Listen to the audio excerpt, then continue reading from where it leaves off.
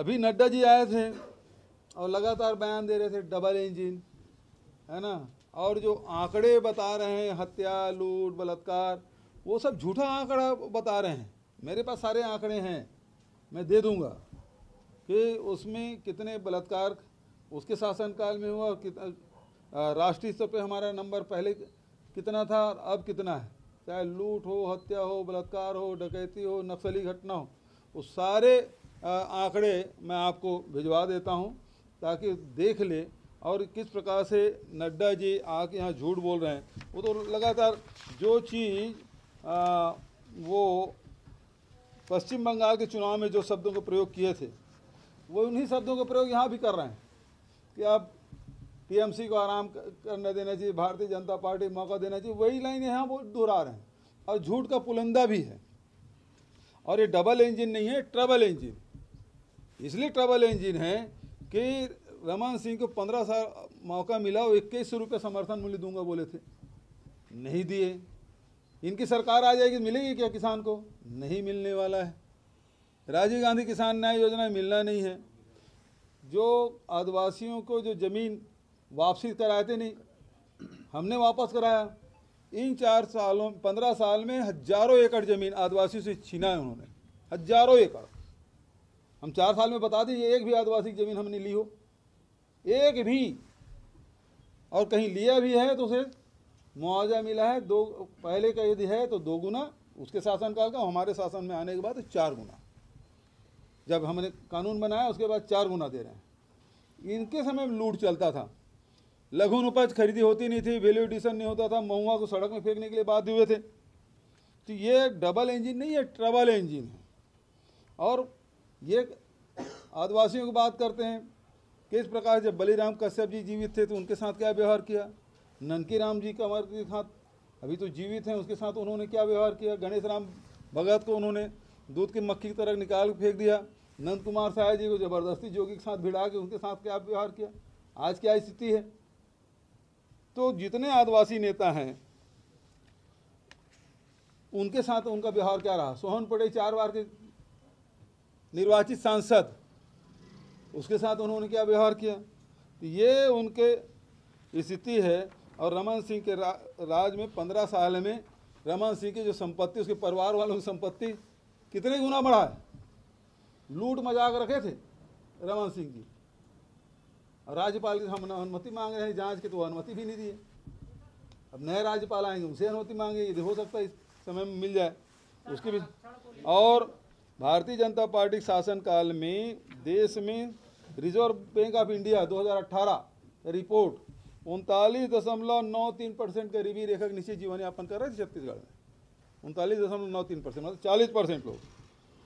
और बीजापुर आप देखो 65%, 66%, दंतेवाड़ा 57%, बस्तर 51%, नारायणपुर 50%, कांकेर 38%।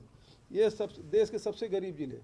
इसके लिए जिम्मेदार कोई है तो भारतीय जनता पार्टी। ये डबल इंजन बोल रहे हैं ना, ये ट्रबल इंजन है। राज्यपाल महोदय का जो स्थानांतरण हुआ है और मणिपुर के राज्यपाल नियुक्त हुए हैं, तो मैंने सौजन्य भेंट की है और मणिपुर राज्यपाल बनने को उन्हें बधाई दी है।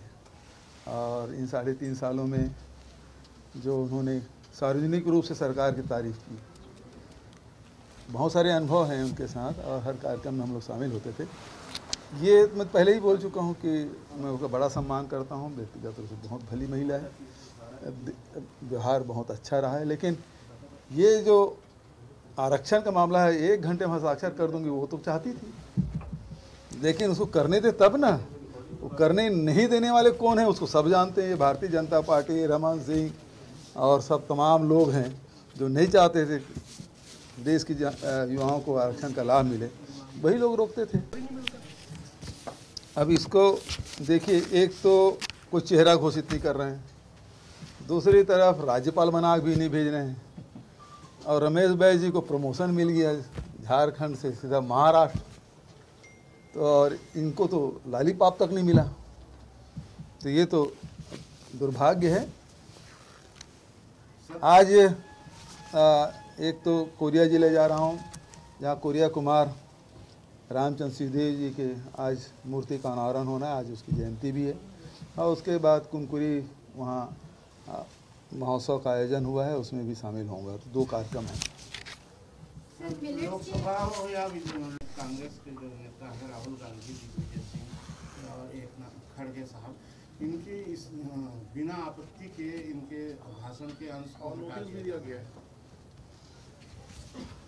राहुल जी पहले क्या बोलते थे? पद यात्रा शुरू किए तो उन्होंने कहा कि लोकसभा और राज्यसभा में बोलने नहीं देते, मुद्दा को उठाने नहीं देते, सुनते नहीं, और सुनते भी हैं तो उन विषयों को एड्रेस भी नहीं करते। आज जो 7 सितंबर के पहले जो बात राहुल जी कहते थे, आज से ही साबित हुआ। और मैं तो कल भी बोला था कि ये हमारे प्रधानमंत्री जी ने कहा मैं कितनों पे भारी पड़ता हूँ, कितनों पे भारी हूँ, लेकिन अडानी का नाम नहीं लेके वो अडानी सिद्ध कर दिया कि अडानी भारतीय जनता पार्टी और केंद्र सरकार पर भी भारी है। ये उन्होंने सिद्ध कर दिया। हाल ही में रमन सिंह में बयान उन्होंने कहा था कि गृह मंत्री जी आगे अभी और भी होगा, तो क्या लगता है सर कि शब्द का इस्तेमाल करें टारगेट के लिए? देखिए, ये जो समय है, हर साल के पिछले साल रिकॉर्ड निकाल दे, इस समय में ये लोग इस प्रकार से घटनाएं करते हैं।